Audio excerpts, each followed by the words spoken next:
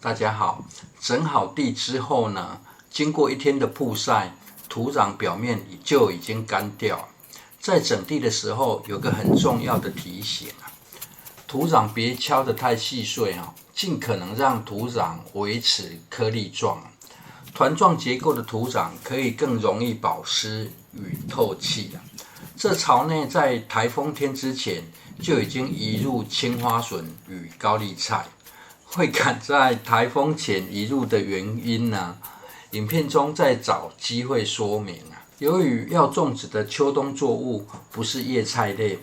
植株比较大，生长的空间需要大一点。现在挖沟的目的，除了是反复调整间距挖出的沟槽也是要拿来蔓延浇水的用途啊。尤其若是自行育苗的菜苗，在比较小的时候就要进行移植。一开始浇水使用蔓延的方式，更不容易冲倒植株啊，也不容易让土壤快速板结，可以顺利度过幼苗期。内部作物位置的安排，则是依据采收的便利性在两侧种植青花笋，方便割取，反复采收。中间一排则是种植不太需要整理的作物，高丽菜啊。后院除了最早期还未将前院水田征收改为菜园不然后来呢，这比较高大的作物通常是种植在前院，只是因为今年雨水多，前院菜园不好动工又被逼着急着种的原因呢，才先又缩回来后院种植。由于青花笋的第一批菜苗有14株一边7株刚好是奇数要全部塞进去的话，刚好正中央一颗利用国中数学所学尺规作土的原理呢，采用2分法，对切再对切，就可以把间距拉得非常准台风天找事做就再慢慢画个示意图看起来应该会更容易了解个人的中文说法。通常这时候如果可以理解看懂的话，顺道按个赞，还可以一起集气在台风天过后呢，一起增加种菜顺利的运气。由于这是日前自行育苗的青花笋现在镜头比较远，就先来聊一下青花笋。青花笋算是家里每年会种植的作物除了非常细嫩，还可以反复采收CP 值超高，但是得靠人力采收之外呢，又不方便堆叠运送，所以非常贵也因此很适合家庭种植，甚至当作宴客菜之前呢，家母很无奈地说专业育苗场的菜苗都被专业户买光了，零星的菜苗就让给亲戚种会出现这么抢手的其中一个原因，个人猜测是比较早种植的菜苗被水淹死了不少而个人也只能淡淡的说我有不少的种子不过不是过往的青花笋，而是更贵的孔雀青花笋种子但是现在是一般的青花笋缺货，反而是变成无价，无形中个人的种子立即掉价了。结果被赶着进行育苗，殊不知早已经育苗了，只是菜苗比较小，要进行移植就要比较细心一点。而这利用手工水饺的容器进行育苗，有一个好处就是容器很像培养盆一格一格的结构，只要由下往上挤压呢，就可以轻松将菜苗取出。加上下层的土壤是采用湿黏的土壤，可以更完全包覆底根算是湿黏土壤缺点转优点的方式而容器比较大的缺点，则是没有上盖育苗时会比太阳饼的盒子不容易保湿另外，别直接摆在菜园的阴凉处，也无法防范蝸牛。晚上收到室内倒是不会太麻烦，也比较安全不过在进行移植时，真的是方便容易不少。摆入凹洞内，随便覆盖土壤压实，就很好搞定。至于取水的方式，过往影片也有介绍过，设施慢慢设置与调整，日后就会越来越轻松。虽然一开始比较花费时间与劳力不过设置设施的成果与乐趣呢，却比较容易显现。目前浇水的位置，因为菜苗很小，在根系还没有发达定根之前，采用慢淹的方式，让菜苗的位置土壤直接吸水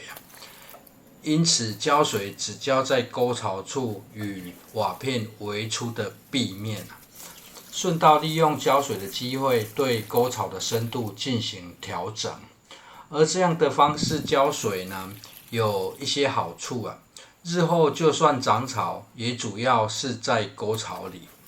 留沟的好处也是日后避免菜心浇到水而腐烂，不方便从植株上方浇水时，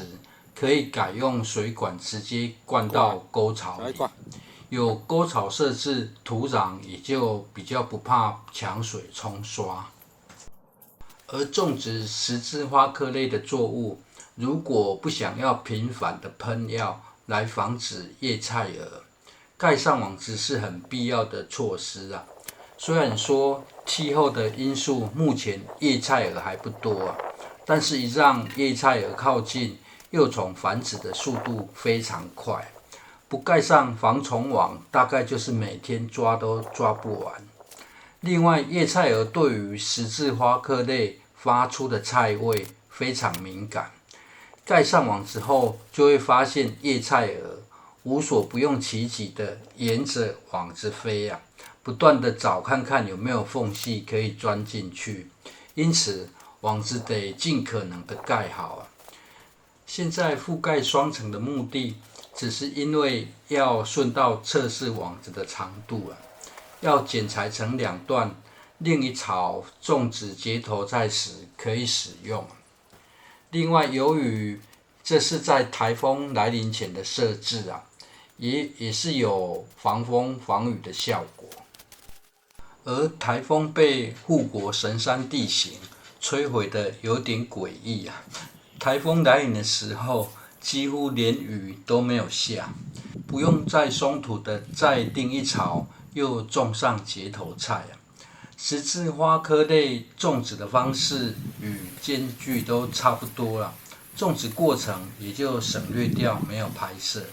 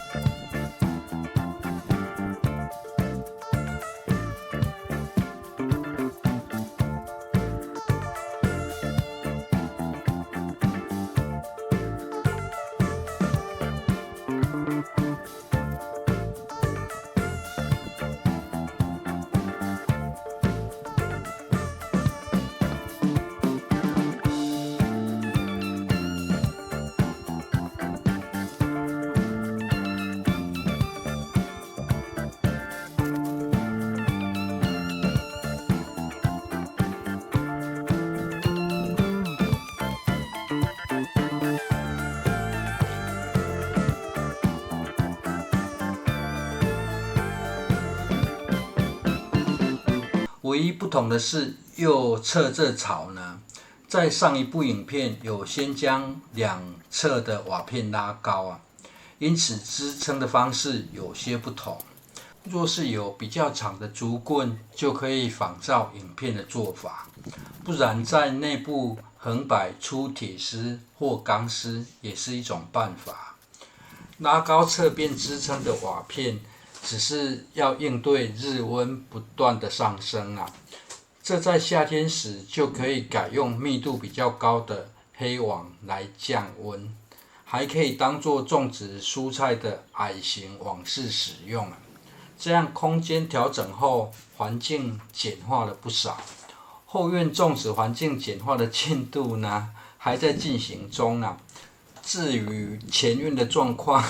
现在是比较复杂，要高速除草整地呢，省事的流程得再规划一下。突破后就会边整理边种植秋冬作物了。谢谢收看。